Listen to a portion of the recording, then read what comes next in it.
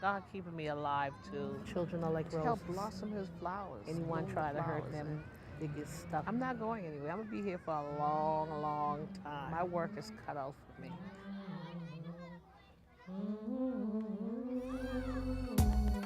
This is Eden Wall Project, and it's very high in crime. This is where the biggest drug dealers are coming from 10 years old and older, selling guns, buying guns. There was prostitutes out here, the addicts. There are most single parents up here starting from 13 and older. It was just getting too filthy. The education system stinks in this community.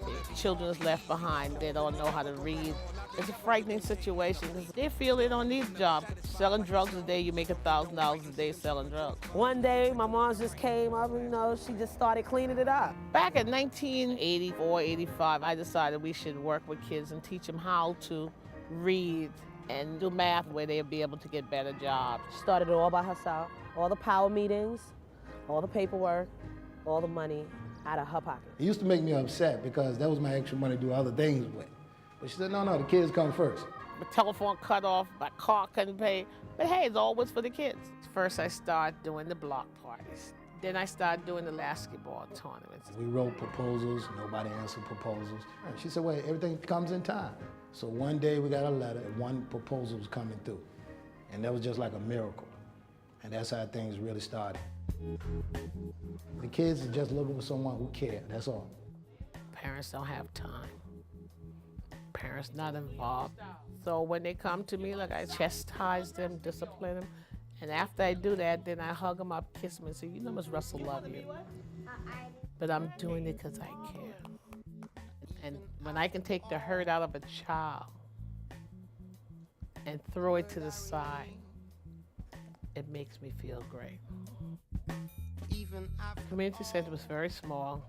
The children had no room to do nothing. The senior kept saying, we need a bigger center, how could you help us? I went to New York City Housing Authority, they didn't have the money to get it built. And I went to the state, it took 10 years to get the money, it took 2.5 years to build it. And now we got something for the children really to go into and be happy and say, this is my center. I used to get in a lot of trouble with my teachers, so my grandmother put me in this program so I could do better in school. If it wasn't for Miss Russell right now, I feel that I would find myself either dead or in jail.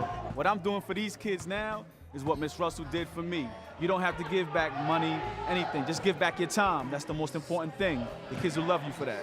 Whatever happens, Earnestine Russell is the first person they call. When you need help, you go to her, like you going to God. You know, you have serious problems. I get up 5 o'clock in the morning. My day just goes from parents calling in the morning or late at night with problems, running from meeting to meeting, trying to deal with my politicians to make sure that they try to do some funding within the community. Until funding come in here, I can't slow down right now.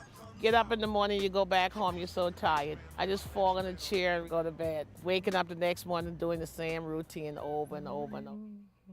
For 18 years, I never had a kid left back. They go to college. We never had a teen pregnancy. We never had anyone killed from shooting or selling drugs. The attitudes are different.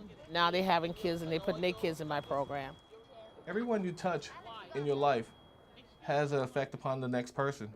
And because she's guided these kids in the right direction, they in turn will carry it on to somebody else. When I look around this neighborhood, I see beauty. I've seen life. I see gifts. I see growth.